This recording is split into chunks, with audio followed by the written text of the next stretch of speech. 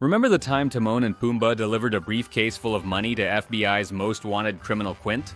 Or when Timon died and was rejected from heaven? What about that time Pumbaa pretended to be the meerkat's wife to convince his mother that he had settled down? Hi, I'm Dr. Panda, the only panda who's ever been introduced to the animals of the Pride Lands. And in this video, we'll look back at a truly unique animated series of its time. What was it about?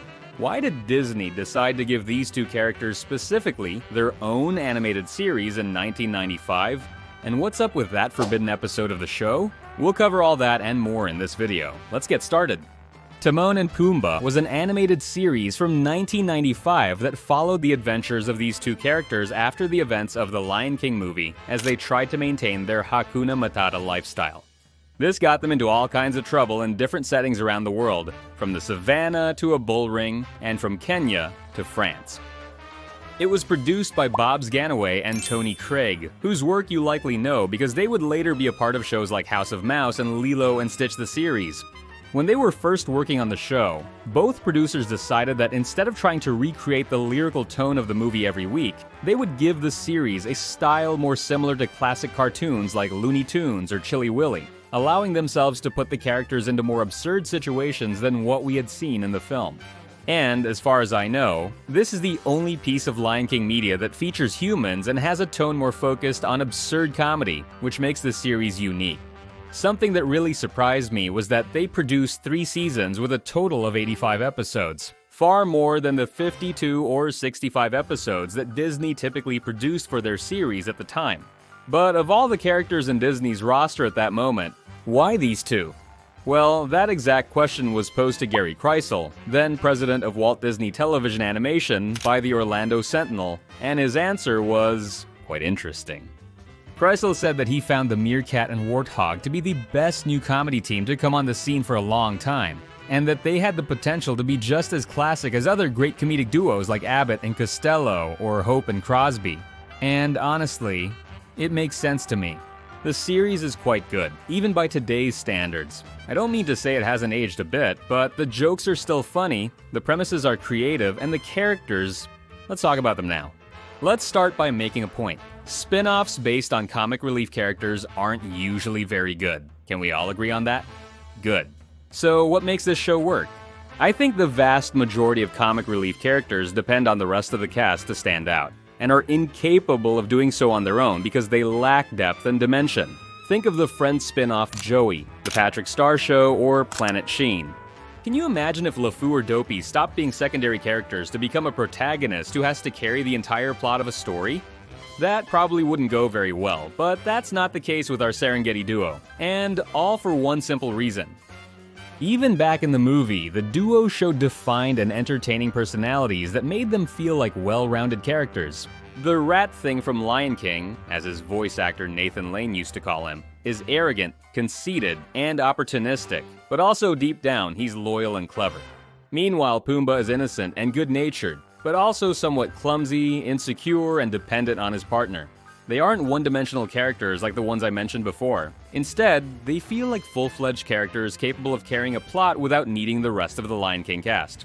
Furthermore, they are a very contrasting and opposite pair, both physically and in their personalities, which allows for the creation of situations full of both conflict and comedy. And I believe this is the key to the series.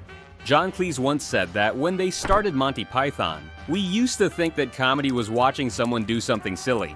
But we came to realize that comedy was watching somebody watch somebody do something silly. Cleese refers to the comedy concept of straight line wavy line, which is explained greatly in the book The Hidden Tools of Comedy by Steve Kaplan.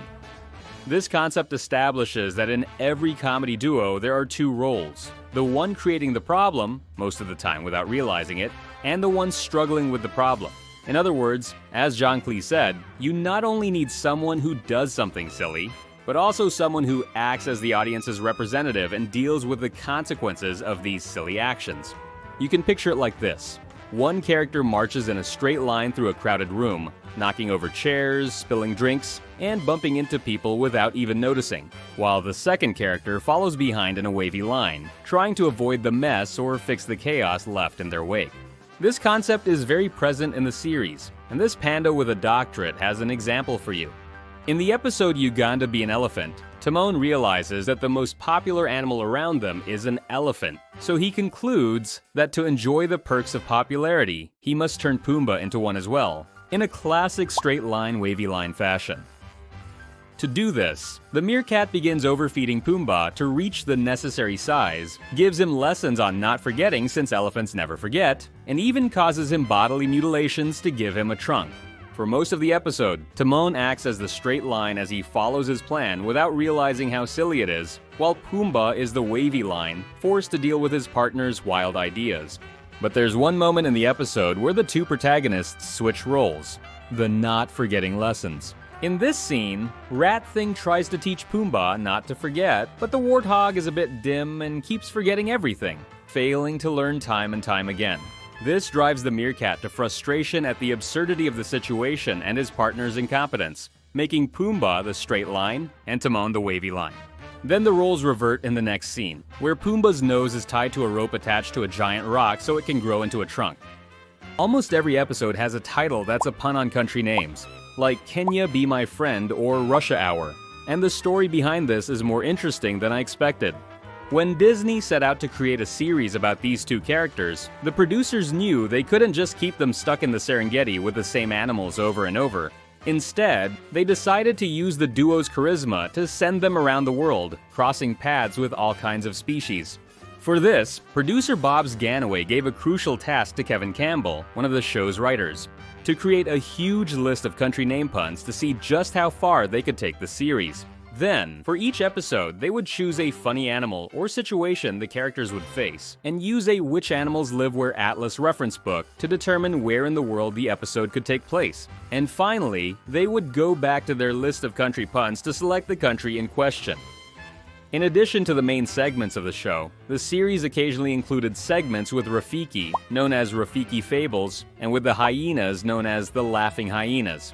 I didn't find the Laughing Hyenas segments to be that fun, though I might be biased because I find them to be somewhat annoying as characters. But the Rafiki segments are a different story. They basically focus on Rafiki teaching lessons to other animals on the savannah who are going through a tough time, and they are quite good. For example, in the episode Good Mousekeeping, a small mouse is tired of elephants messing with him and using him as a ball, so Rafiki promises to grant him a wish. The mouse, thirsty for respect, wishes to be as tall as a giraffe, to fly like a bird, and to swim like a fish.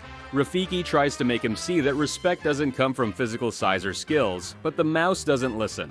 So, Rafiki grants his exact wish. The mouse transforms into this monstrosity and, as he attempts to fly, discovers that the birds are mocking him and still refuse to respect him. He then falls into the water, where his large size makes the fish fear and flee from him, so the mouse finally feels like he's in paradise. But just as he's about to use a fish as a baseball like the elephants did to him, Rafiki intervenes and takes him to a mysterious place. The mysterious place turns out to be the elephant's location. The mouse confronts them but realizes that, despite his size, the elephants still don't respect him. Rafiki reiterates that respect doesn't come from looks, but from within. The mouse learns the lesson, and after Rafiki returns him to his original form, he confronts the leader of the elephants by setting his boundaries and finally freeing himself from their abuse. I had low expectations for the Rafiki stories because my focus was on the main segments, but to my surprise, they are actually very well crafted and fun. When Disney aired reruns of the series on Disney Channel and Toon Disney, some episodes had to be edited. One of the most notorious cases was Catch Me If You Kenya. In this episode, the duo tries to break into a butterfly collector's home to eat his entire collection. Midway through, they manage to sneak in and get rid of the collector, but instead of eating the butterflies, they decide to release them. And here comes the crucial part. When the collector manages to return, he has a very different appearance. This, not to mention that the character already showed a very strained accent throughout the episode. Faced with this situation, Disney decided to remove this scene from all reruns of the series, although it is now available as originally created on Disney+. Weirdly enough, the show ended up being broadcast on Disney Junior in 2012, though only some selected episodes and after being abruptly edited. presumably because they were inappropriate for preschoolers. I had been wondering for a long time why Mr. Toad is everywhere in Disney media if his movie came out over 70 years ago, and few people remember it as much as others from that era, like Pinocchio or Dumbo. But I finally found the answer. Why is Disney obsessed with Mr. Toad? I made a video about it, and you can check it out right here. Subscribe for more. Dr. Panda out.